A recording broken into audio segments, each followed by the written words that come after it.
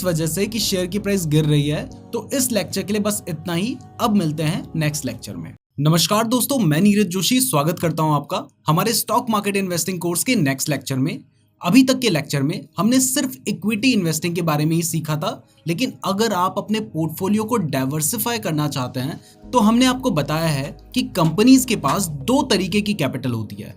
एक है equity capital और दूसरी है डेट कैपिटल। अब देखो, इक्विटी कैपिटल तो प्रमोटर्स के पास शेयर इशू करके आती है, लेकिन जो डेट कैपिटल है उसके लिए हर बार जरूरी नहीं है कि कंपनी बैंक से लोन ले।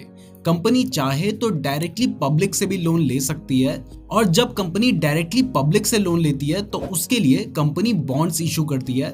बॉन्ड्स में जनरली 7 से 9% तक के फिक्स्ड इंटरेस्ट मिलते हैं। तो ये इन्वेस्टर्स और कंपनीज दोनों के लिए बेनिफिशियल होता है, क्योंकि इससे कंपनीज को मार्केट से कम रेट में लोन मिल जाता है और रिटेल इन्वेस्टर्स डायरेक्टली कंपनी को लोन देकर एफडी से ज्यादा रिटर्न्स अर्न कर सकते हैं। तो आज के इस लेक्चर में हम बॉन्ड्स के बारे में ही बात करेंगे। तो चलिए इस लेक्चर की शुरुआत करते हैं। तो बॉन्ड्स क्या होते हैं ये तो आपको इंट्रो में ही समझ आ गया है, लेकिन बॉन्ड्स को पिक करने से पहले आपको कुछ बॉन्ड स्पेसिफिक टर्म्स को भी जानना बहुत ज्यादा जरूरी है, ताकि आप इसके बेसिक कंसेप्ट को समझ सकें। तो ये तो आपको पता चल ही गया है कि कंपनी बॉन्ड्स इशू करके पब्लिक से डेट यानी लोन लेती है। तो मान लो कोई कंपनी 10 करोड़ का डेट लेना चाहती है, जिसके लिए वो 1000 रुपए के 1 लाख बॉन्ड्स इशू करती है। तो ऐसे में एक बॉन्ड की जो फेस वैल्यू होगी वो होगी 1000 रुपए। अब जब कंपनीज आपसे लोन लेती है तो उस पे कुछ ना कुछ वो इंटरेस्ट देगी। तो इस इंटरेस्ट रेट को बॉन्ड के केस में कूपन रेट कहा जाता है, यानी कंपनी ने जो रेट ऑफ इंटरेस्ट आपको प्रॉमिस किया है उसे कहा जाता है कूपन रेट। तो अगर कंपनी आपको 8% का इंटरेस्ट रेट दे रही है तो ये कहा जाएगा कि कंपनी 1000 रुपए की फेस वैल्यू के बॉन्ड पर 8% का कूपन रेट दे रही है। और अगर कंपनी 5 साल के लिए लोन ले रही है तो इन बॉन्ड्स का टेन्योर यानी मैच्योरिटी 5 साल होगी। अब इसके बाद सबसे ज्यादा जरूरी कंसेप्ट है क्रेडिट रेटिंग। आपने जिस कंपनी को लोन दिया है, यानी जिस कंपनी के बॉन्ड्स बाय किए हैं, वो कंपनी आपका पैसा वापस करेगी भी या नहीं ये आपको पता होना चाहिए। तो इसके लिए कुछ क्रेडिट रेटिंग एजेंसीज उस कंपनी की प्रॉफिटेबिलिटी, बैलेंस शीट और कैश फ्लो को देखकर उसके बॉन्ड्स को रेटिंग देती हैं। जितनी ज्यादा रेटिंग बॉन्ड्स को दी जाती है उतने ही कम चांसेस होते हैं कंपनी के इंटरेस्ट पेमेंट की डिफॉल्ट करने में। इसमें AAA रेटेड जो बॉन्ड्स होते हैं वो सबसे ज्यादा सिक्योर माने जाते हैं, फॉलोड बाय AA और फिर A, और उसके बाद B नेगेटिव या D रेटिंग। अगर किसी बॉन्ड की रेटिंग D है, वैसे जनरली आपको देखने को नहीं मिलेगी, लेकिन अगर है तो उसके बहुत ज्यादा चांसेस होंगे डिफॉल्ट करने के। बट इसके अलावा भी अगर किसी की रेटिंग B नेगेटिव है तो वहां पर आपको ज्यादा इंटरेस्ट रेट देखने को मिलता है, यानी जितनी कम बॉन्ड की रेटिंग होती है उतना ही ज्यादा वो आपको इंटरेस्ट देगी, यानी उसका कूपन रेट जो होगा वो ज्यादा होगा। बट देखो, जब आप बॉन्ड्स में इन्वेस्ट कर रहे हो तो आप सेफली फिक्स्ड रिटर्न्स अर्न करने के लिए कर रहे हो, तो इसलिए आपको हमेशा AAA या AA रेटेड बॉन्ड्स में ही इन्वेस्ट करना चाहिए। तो अब आपको बॉन्ड्स के बेसिक टर्म्स समझ आ गए हैं, तो अब जानते हैं सिक्योर्ड और अनसिक्योर्ड बॉन्ड्स के बारे में। तो अगर आप कभी बैंक के पास लोन लेने जाते हो तो कई बार बैंक आपको कुछ गिरवी यानी कोलेटरल रखने के लिए कहता है। ऐसे ही जब कंपनीज बॉन्ड्स इशू करती हैं तब वो बॉन्ड्स भी सिक्योर्ड या कोलेटरलाइज्ड होने चाहिए, ताकि अगर कंपनी डिफॉल्ट कर दे तो भी कोलेटरल को बेचकर बॉन्ड होल्डर्स का पैसा वापस किया जा सके।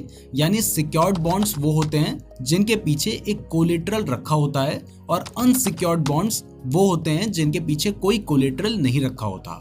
ध्यान रहे कि कई सारे जो AAA रेटेड बॉन्ड्स होते हैं वो भी जरूरी नहीं है कि सिक्योर्ड बॉन्ड्स हो, इसलिए सिर्फ क्रेडिट रेटिंग नहीं बल्कि बॉन्ड्स कोलेटरल से सिक्योर्ड हैं या नहीं ये भी जरूर देखना चाहिए। तो अब आपको सिक्योर्ड एंड अनसिक्योर्ड बॉन्ड्स भी समझ आ गए हैं। तो अब जानते हैं bond IPO versus secondary market के बारे में। तो दोस्तों, जैसे स्टॉक्स का IPO आता है वैसे ही बॉन्ड्स का भी IPO आता है। अगर आप बॉन्ड्स के IPO में इन्वेस्ट करते हो तो आप इन बॉन्ड्स को फेस वैल्यू पे खरीद सकते हो, और ऐसे में आपको कंपनी ने जो कूपन रेट प्रॉमिस किया है वही मिलेगा। लेकिन जब बॉन्ड्स का IPO क्लोज हो जाता है उसके बाद आप चाहें तो जिन लोगों ने IPO में उस बॉन्ड को खरीदा था उनसे सेकेंडरी मार्केट में वो बॉन्ड खरीद सकते हैं। पर ऐसे में आप कभी भी फेस वैल्यू पे इन बॉन्ड्स को नहीं खरीद पाओगे।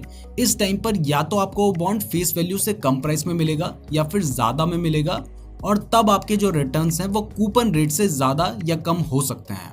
और इस कंसेप्ट को यील्ड या करंट यील्ड कहा जाता है। इसका एक एग्जाम्पल आपको दूं तो मान लो अगर आपने 1000 रुपए की फेस वैल्यू वाला बॉन्ड जो 10% का कूपन रेट देगा उसको सेकेंडरी मार्केट से 900 रुपए में खरीदा, तो करंट यील्ड का फॉर्मूला होता है annual coupon payment divided by current market price into 100।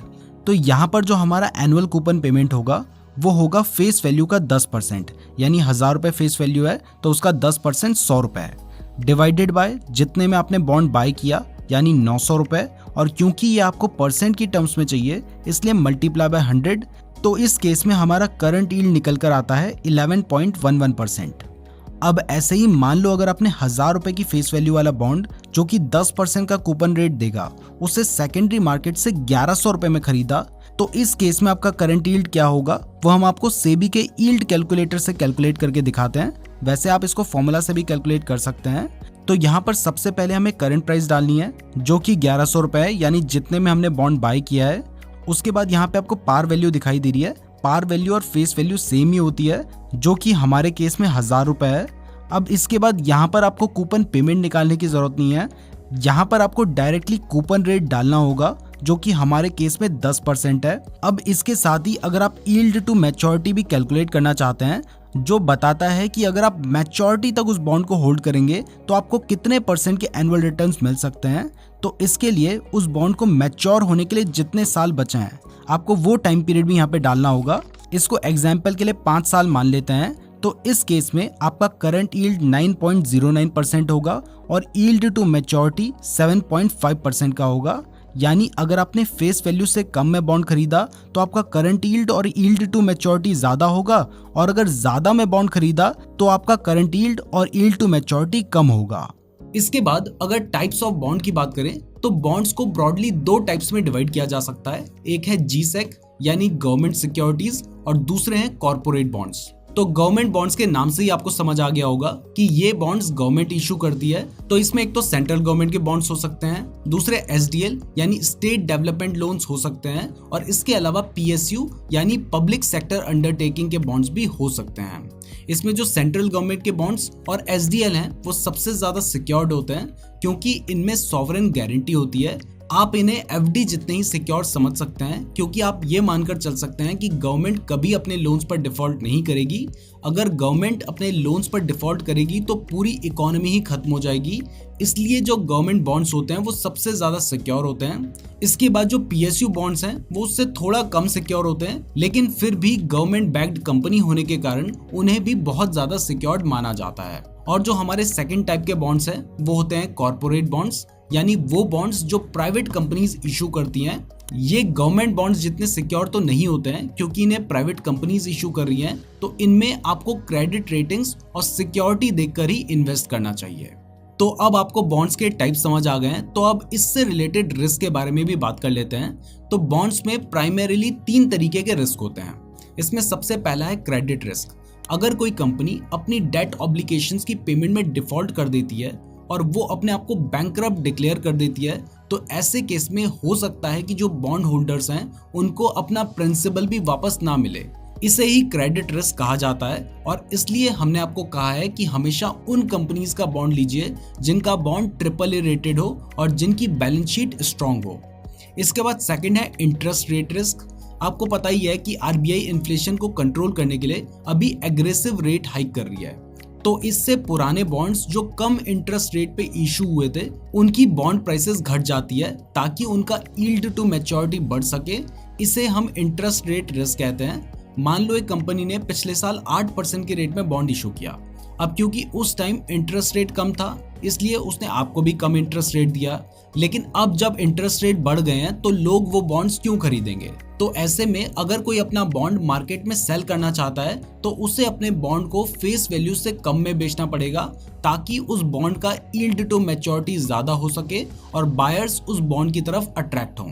और इसका उल्टा, मान लो कल इंटरेस्ट रेट घट जाते हैं तो इससे आपके बॉन्ड की प्राइसेस बढ़ जाएंगी जिससे यील्ड टू मैच्योरिटी एडजस्ट हो सके। इसी मार्केट की डिमांड और सप्लाई से बॉन्ड प्राइसेस डिटरमाइन होते हैं और इसे ही हम इंटरेस्ट रेट रिस्क कहते हैं। इसके बाद थर्ड है लिक्विडिटी रिस्क। मान लो आप एक ऐसे बॉन्ड में इन्वेस्ट करते हो जिसकी मैच्योरिटी 8 साल की है, लेकिन किसी रीजन की वजह से आपको 3 साल के बाद ही पैसों की जरूरत पड़ती है। तो क्योंकि इंडिया में बॉन्ड मार्केट उतना ज़्यादा मैच्योर नहीं है, तो ऐसे में हो सकता है कि आप ज़रूरत पड़ने पर अपने बॉन्ड को सेल ही ना कर पाओ और आपको पूरे 8 साल उसके लिए वेट करना पड़े। तो इसे ही लिक्विडिटी रिस्क कहा जाता है। वैसे इसके चांसेस कम हैं क्योंकि आजकल बहुत सारे इन्वेस्टर्स फिक्स्ड इनकम सिक्योरिटीज की तरफ अट्रैक्ट हो रहे हैं और हमें उम्मीद है कि आगे भी बॉन्ड मार्केट में लिक्विडिटी बढ़ेगी, लेकिन ये भी एक रिस्क है। तो अब आपको बॉन्ड के रिस्क पता चल चुके हैं। तो इसके बाद अगर आप बॉन्ड्स बाय करना चाहते हैं तो मैं आपको बता दूं कि बॉन्ड्स बाय करने के लिए आज के टाइम पर प्राइवेट और गवर्नमेंट दोनों टाइप के प्लेटफॉर्म्स हैं। प्राइवेट प्लेटफॉर्म्स में गोल्डन पाई, विंट वेल्थ और fixedincome.com जैसे प्लेटफॉर्म्स आते हैं। और अगर गवर्नमेंट प्लेटफॉर्म की बात करें तो रिसेंटली आरबीआई ने अपना एक प्लेटफॉर्म लॉन्च किया है, आरबीआई रिटेल डायरेक्ट नाम से, जहां से G-Secs खरीदे जा सकते हैं, यानी जो गवर्नमेंट बॉन्ड्स होता है उन्हें आप वहां से खरीद सकते हैं। बट बॉन्ड्स को खरीदने से पहले इन कुछ टिप्स को भी जान लीजिए। इसमें सबसे पहला है कि जब भी आप बॉन्ड्स खरीदते हैं तो हमेशा बॉन्ड्स की क्रेडिट रेटिंग चेक कीजिए। अगर वो कॉर्पोरेट बॉन्ड्स हैं तो AAA रेटेड या फिर AA रेटेड बॉन्ड्स ही खरीदें। बॉन्ड्स में रिस्क मत लीजिए और वहां अपनी कैपिटल की प्रोटेक्शन पे ज्यादा ध्यान दीजिए। दूसरा, अगर आप कॉर्पोरेट बॉन्ड्स बाय कर रहे हैं तो वो हमेशा बड़े कॉर्पोरेट हाउस जैसे टाटा, बिरला, रिलायंस या बजाज जैसे बड़े ग्रुप का ही बाय कीजिए, क्योंकि इन ग्रुप्स के डिफॉल्ट करने के चांसेस कम होते हैं। इसके बाद हमेशा बॉन्ड्स का सिक्योरिटी चेक कर लीजिए कि बॉन्ड्स कोलेटरलाइज्ड हैं या नहीं। नेक्स्ट स्टेप है कि आपको हमेशा बॉन्ड्स की सीनियरिटी भी चेक करनी चाहिए। बेसिकली एक कंपनी में बहुत सारे स्टेक होल्डर्स होते हैं, जैसे share holders, bond holders, debtors, creditors और गवर्नमेंट। इन सभी एंटिटीज के साथ कंपनी का कोई ना कोई रिलेशन होता है। तो अगर कंपनी डिफॉल्ट करती है तो सीनियरिटी ऑर्डर में सबसे पहले गवर्नमेंट आती है, यानी अगर गवर्नमेंट कोई टैक्स ओ करती है तो वो सबसे पहले पे किया जाता है। इसके बाद क्रेडिटर्स आते हैं, यानी अगर कंपनी ने बैंक से कोई लोन लिया है या क्रेडिट में कोई सामान खरीदा है तो गवर्नमेंट के बाद क्रेडिटर्स को पे किया जाता है। इसके बाद आते हैं बॉन्ड होल्डर्स और लास्ट में आते हैं शेयर होल्डर्स। तो आपने ये भी चेक करना चाहिए कि अगर कभी कंपनी डिफॉल्ट करती है तो पेमेंट में बॉन्ड होल्डर्स को सीनियर या प्रायोरिटाइज किया गया है या फिर नहीं। फिर नेक्स्ट स्टेप है कि सिर्फ उन्हीं बॉन्ड्स में पैसा लगाएं जिन्हें आप मैच्योरिटी तक होल्ड कर सकते हैं, क्योंकि इंडिया में डेट मार्केट में वॉल्यूम कम है, इसलिए ऐसा भी हो सकता है कि जरूरत पड़ने पर आप बॉन्ड्स को सेल ही ना कर पाएं या फिर आपको सस्ते में सेल करना पड़े। नेक्स्ट स्टेप है कि बॉन्ड्स खरीदने से पहले जिस कंपनी का बॉन्ड आप खरीद रहे हैं उसका फंडामेंटल एनालिसिस जरूर करें। कंपनी का profit after tax, free cash flow और डेट टू इक्विटी रेशियो जरूर देखें, और अगर कंपनी अनलिस्टेड है तो फिर उसे अवॉइड करना ही बेटर रहेगा। और लास्ट, हमने आपको बताया है कि आपको बॉन्ड्स की क्रेडिट रेटिंग देखनी चाहिए, लेकिन ये जो क्रेडिट रेटिंग है ये अगर इकरा, क्रिसिल या केयर जैसी किसी बड़ी एजेंसी ने दी है तो ही आपको उसे ट्रस्टेबल मानना चाहिए। अगर इन 3 के अलावा किसी और एजेंसी ने रेटिंग दी है तो आप खुद ही उस रेटिंग को एक स्टैंडर्ड से डाउनग्रेड कर सकते हैं, यानी अगर AAA रेटिंग है तो आप उसे AA मान सकते हैं। तो दोस्तों, ये होते हैं बॉन्ड्स जिनमें आप स्टॉक मार्केट से कम रिस्क लेकर FD से ज्यादा रिटर्न्स जनरेट कर सकते हैं। तो इस लेक्चर के लिए बस इतना ही। अब मिलते हैं नेक्स्ट लेक्चर में।